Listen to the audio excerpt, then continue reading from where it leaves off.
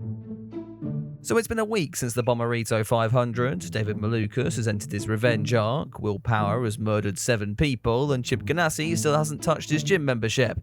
And now we're back at Portland for the final road course of the season. All eyes here would of course be on Alex Palou. The Spaniard has excelled at these venues in 2024, and this is his last opportunity to bag some crucial points before Penske make their comeback in the remaining ovals, or implode again, one of the two. We were set up for a fantastic duel then. But first, I've got to beg you to subscribe and like the video and join the Patreon, and you never listen to this bit, do you? Just, roll the intro.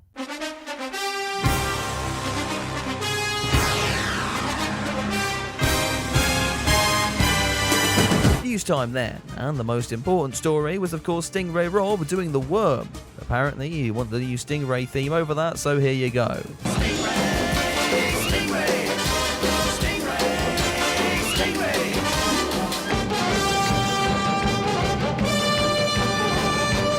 The Indycar and NBC Twitter actually saw and liked that one. It's really nice being noticed by the series you promoted on your channel for so many years, and not getting fisted by a copyright claim. That was honestly about it for the news, besides the fact that Will Power isn't angry anymore, so let's get to first practice, and pray it was a little bit more eventful than last time out. Well, it sort of was, if you're a fan of big saves, off-road racing, and Graham Rahal being an absolute tool. Speaking of the RLL cars, we had another one in the field this weekend. Yuri Vips returning to the series in the number 75 entry. I don't have much to say on him for now, besides the fact he finished down in P20 and probably won't have any live radio broadcasts given his history, if you know what I mean. The 24-year-old is one of the youngest drivers on today's grids. On the other end of that spectrum, Scott Dixon has gone so senile he now no longer remembers what way the track goes. Will Power also went for some off-track adventures, whilst his Penske teammate Joseph Newgarden did his best to get his new tyre rack livery some screen time. Over at Andretti, Carl Kirkwood was flying. Turn 1 caught out several big names over the course of the session. Most interesting of all of these was this clash between Romain Grosjean and Graham Rahal. The Frenchman was coming out of the pits when he encountered high vis here, and for once, I don't actually think there's much else Romain could have done. Not in Rahal's eyes it seemed though, as the 15 car drove into the side of the 77. I think I'm going to start calling Rahal B-Tech Power from this point onwards. He's got all the temper of the Penske man. Only thing he's missing is the likability and talent. Grosjean, meanwhile, entered the news midway through the weekend, when his Junko's team appeared to be begging him through the media to stay on with the outfit into 2025. Team owner Ricardo Juncos was apparently grateful for the stability and professionalism that Grosjean provides.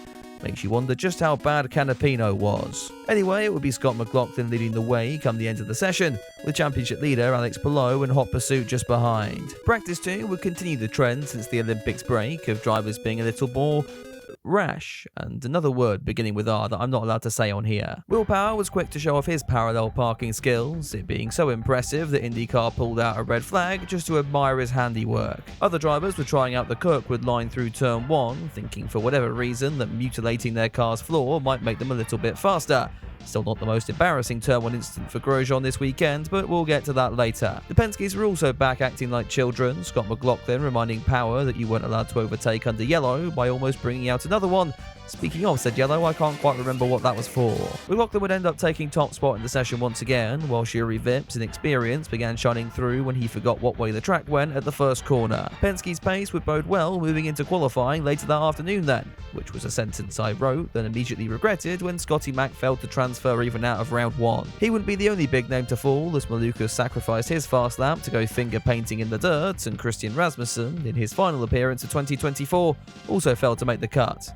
Sorry, I was talking about surprise eliminations, wasn't I? McLaren would have a horror show as well, all 3 of their cars wiped out of round 1 and O'Ward even beaten by one of the Dale Coyne machines. That threw some unfamiliar names into the Fast 12 then. Graham Rahal, clearly listening to my lack of talent comment from earlier to secure a spot in the final shootout for pole, being joined by a ferret and a man with a slightly unhealthy love for his cats. Alex Palou was running high in the session, before deciding to make things interesting by making out with the barrier at the final corner.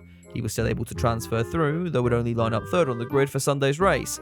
Herter apparently lost time on his lap, though I can't quite work out where that was. The Fast 6 would begin with the ferret flying to the top of the standings, which I imagine only happened because no one else had set a time. Oh wait, they had. Many a strange thing has happened in IndyCar this year. Stingray got a top 10, a f***ing mannequin fell on the circuit that one time, and now Santino Ferrucci looks set to take his first pole and AJ Foyt's first pole in 10 years. Honestly, I'm just lost for words. Fair play to the guy. I still think he's a complete and utter prick, but fair play. Now, I'd say let's get to the race, but apparently we need more practice now. We'll get through this one quicker, as bugger all happened anyway. Colton Herta finished it in P1, Rinus VeeKay was his most useful all year, acting as Portland's gardener, then Kiffin Simpson's euthanasia assistant, and Romain Grosjean would go down a trip on memory lane with the man that allegedly hit him in Baku 2018. So did we know that this was just a precursor for the Phoenix of old to make his triumphant return, but as I said, we'll get to that soon enough. Before that, we had a race to get to, and before that, we've got whatever the this is. NBC brought out the return of the hate cauldron this weekend, and it's made me think we could do a British version for my content on Formula 1. Except, let's be honest, it would just be called the Troublesome Teapot, and I spend my time ramming FOM in there before lobbing it off a 10-story building. Drop a like if you'd actually like to see that sometime. Meanwhile, Santino Ferrucci was still on pole and given just enough time to save at the moment before Power threw one down the inside of turn 1 to take away the lead. Further back, Kyle Kirkwood made a daring overtake on 6-time champion Scott Dixon, shuffling the Ganassi driver down the field and into the path of friendly neighbourhood terrorist Pietro Fittipaldi. With a caution flying already, it looked as if this could be one of those races. Will Power leading the field to green on lap 5 ahead of Ferrucci, Palou and Romain Grosjean, whose magnetic attachment to the ferret was pulling him closer towards the front of the field. Colton Herta was on the move as well, making his way past Lundgaard, who hopped on the radio to tell the live feed just how loose his arsehole was. Shove a cat up there and that can happen, mate. Christian's setup issues aside, Palou was now up to second and closing in on Power, showing he had no interest in making this championship fight remotely interesting. The friendly neighbourhood terrorist was back at least, picking up 2 more penalties for clotheslining Daly, then cutting the chicane. The race could have really done with a caution here to spice up the lead battle, but this is Indycar and Rasmussen is still running, so I'm sure we'll get one later. The leaders were pitting at this stage, and the overcut strategy appeared to be the favourite.